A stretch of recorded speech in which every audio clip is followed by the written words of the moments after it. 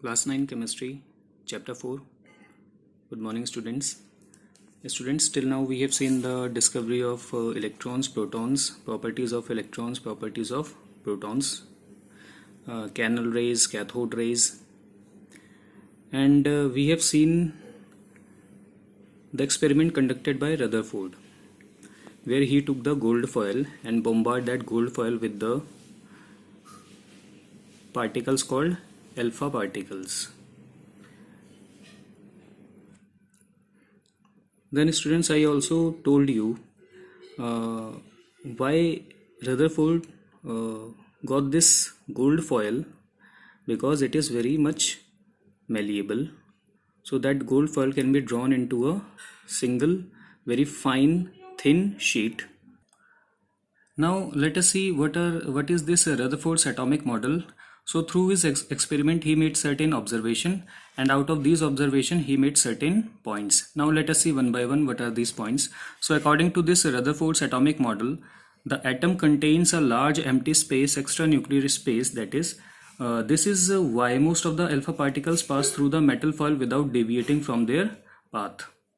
So as you can see in this figure that most of the particles they went as it is without any sort of deflection. It means what?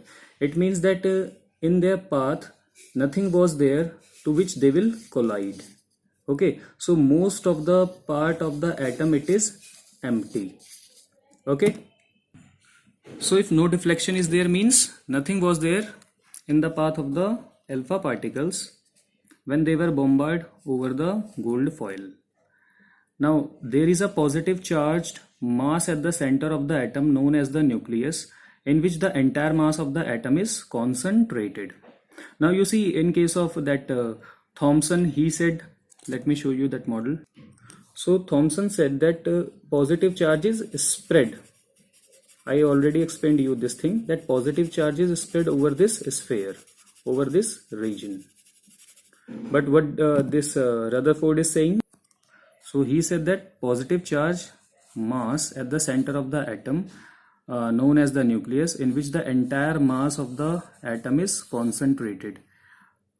Now therefore the nucleus is the densest part of the atom. The electrically positive nature of the nucleus is supported by the fact that positive charge alpha particles approaching the nucleus get deflected. This proved that the nucleus contained protons. So once again let us see that figure. So here you can see that this is a small region where some positive charges are placed. So how Rutherford knew that there should be positive charge over this area, within this area? Because you see, most of the alpha particles they pass through, but few alpha particles they get deflected by small angles and very few deflected by large angles. Okay. Now students, we know that alpha particles are basically the helium ion. Okay, it means they are the positively charged particles. These rays which are coming over there, they can be denoted in this fashion, which are equal to alpha particles. Okay. Now if anything which is already positively charged and it is getting deflected because of something, it means the deflection will be because of the positive charges only. Got this point? Because we know negative repels negative charges, positive, then this positive will be repelled by the positive charges. So through this experiment he came to know, since very few deflections were there, some with minor angles, some few were with the very high angle, and some rebound back.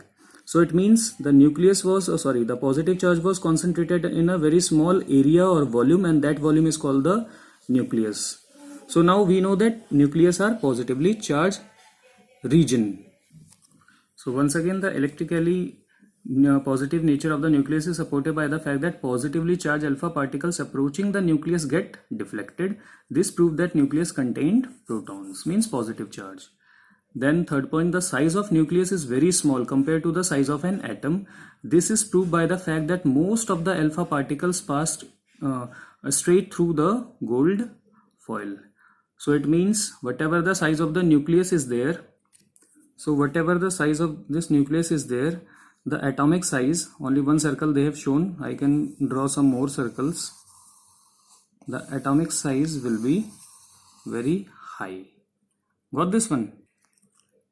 This fourth point, the electrons revolve around the nucleus at the large distances from each other and from the nucleus in circular orbits found in the empty space of the atom. And what is there in this region? Electrons are, this outer region, electrons are revolving around the nucleus. Then we already know this point through J.J. Thomson atomic model. An atom as a whole is electrically neutral because the total positive charge of the nucleus is balanced by the total negative charge of the electrons. That is the number of protons and number of electrons in an atom, they are equal. So students, do remember that electrons number, protons number in a given element, they are always equal.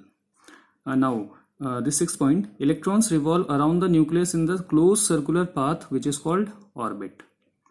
The force of attraction between the negatively charged electrons and the positively charged nucleus is counterbalanced by the centrifugal force acquired by the revolving electrons. So this centrifugal force basically you will learn in your physics.